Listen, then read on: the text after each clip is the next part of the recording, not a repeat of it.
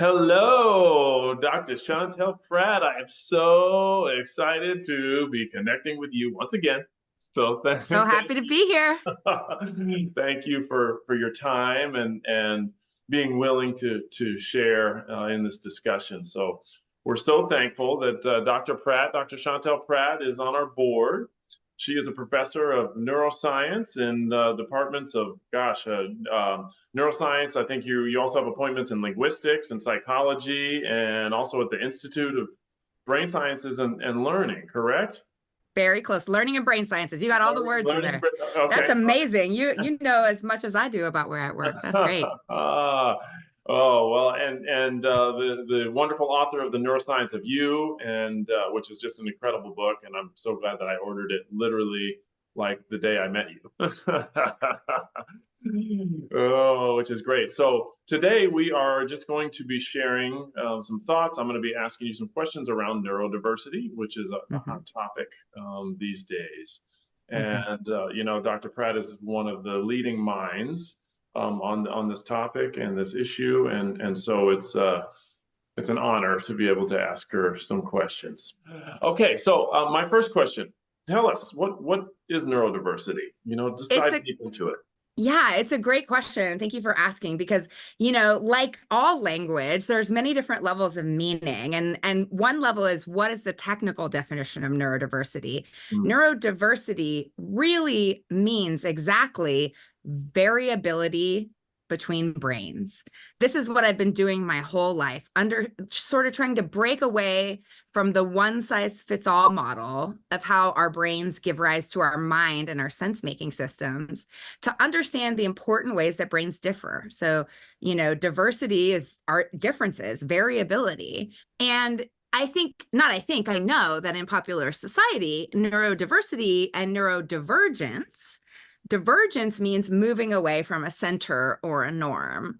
And those two words are used interchangeably in society. And most frequently, they're used to talk about people who have received some type of diagnosis of atypicality. So most commonly, if somebody is talking about neurodiversity, they're not talking about differences between brains within the quote unquote normal bucket. And I'll talk a little bit about that. But instead, they're talking about people who have been diagnosed with attention deficit, hyperactivity disorder, autism, dyslexia, dyscalculia, anything like that.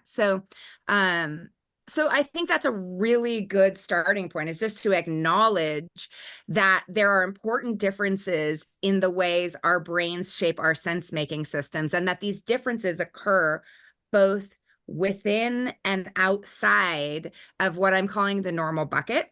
Mm.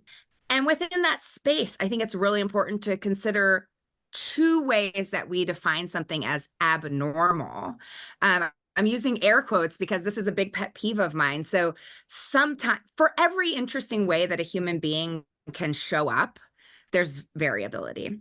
And so, your way of being may be very typical or maybe very atypical, if I look at 100 or 1,000 or 100,000 people. Mm. And one way that we talk about something being abnormal is just to say it's atypical. And usually clinicians and psychologists, we sort of have randomly adopted this 5%, like something that occurs less than 5% of the population, as being atypical. It means that this way of being is rare.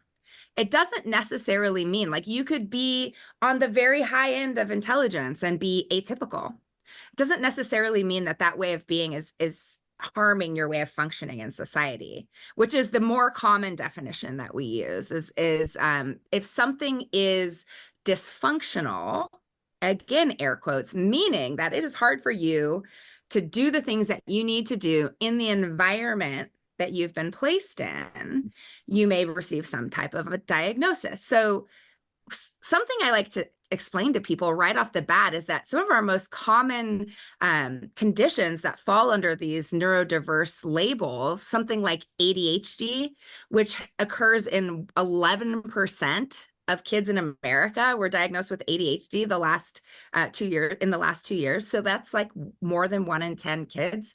It's not that rare. It's not that rare. Dyslexia 15 to 20% of people are diagnosed with dyslexia, 1 in 5.